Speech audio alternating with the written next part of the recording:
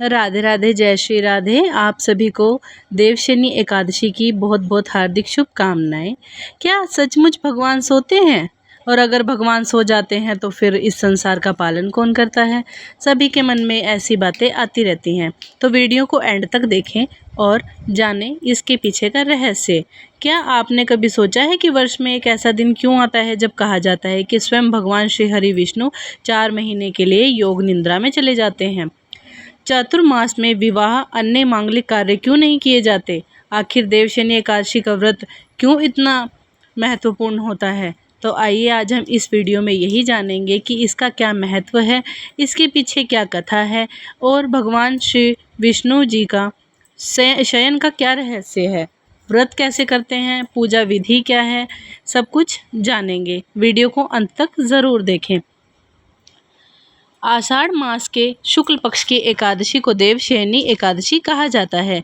यही वह पावन दिन है जब भगवान श्री हरि विष्णु क्षीर सागर में शेषनाग की शैया पर योग निद्रा धारण करते हैं और यही से चातुर्मास का आरंभ माना जाता है।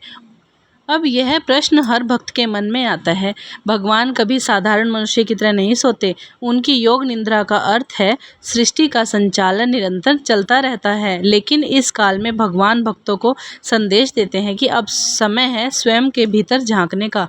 वर्षा ऋतु में ऋषि मुनि भी एक स्थान पर रहकर साधना करते थे, इसीलिए चतुर्मास को भक्ति, संयम, दान और आत्मशुद्धि का समय कहा गया है।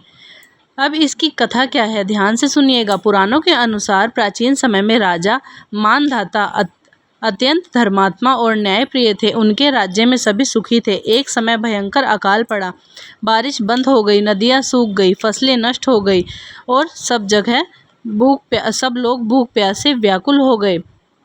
राजा ने अनेक यज्ञ करवाए लेकिन कोई लाभ नहीं हुआ।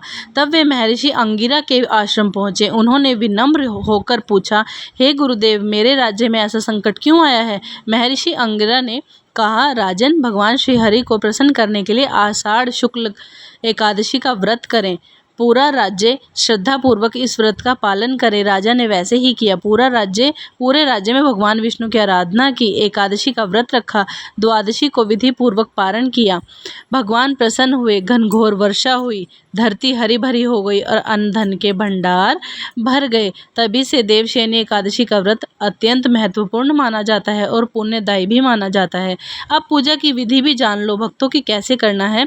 प्रातः ब्रह्म मुहूर्त में उठें, स्नान करके साफ वस्त्र धारण करें, घर में भगवान विष्णु तथा माता लक्ष्मी की पूजा करें और साथ में ठाकुर जी की भी पूजा करें। पीले पुष्प, तुलसी दल, पंचामृत, फल प्रसाद अर्पित करें, घी का दीपक जलाएं और ओम नमो भगवते वासुदेवाय नमः का जाप करें। पूरे दिन भगवान का स्मरण करें। संध्या काल में भी आरती करें और सुबह भी आरती करें और द्वादशी तिथि में विधि पूर्वक पारण करें। और भक्तों, जितना हो सके अपने सामर्थ्य अनुसार दान पुण्य करें, भूखे को भोजन कराएं।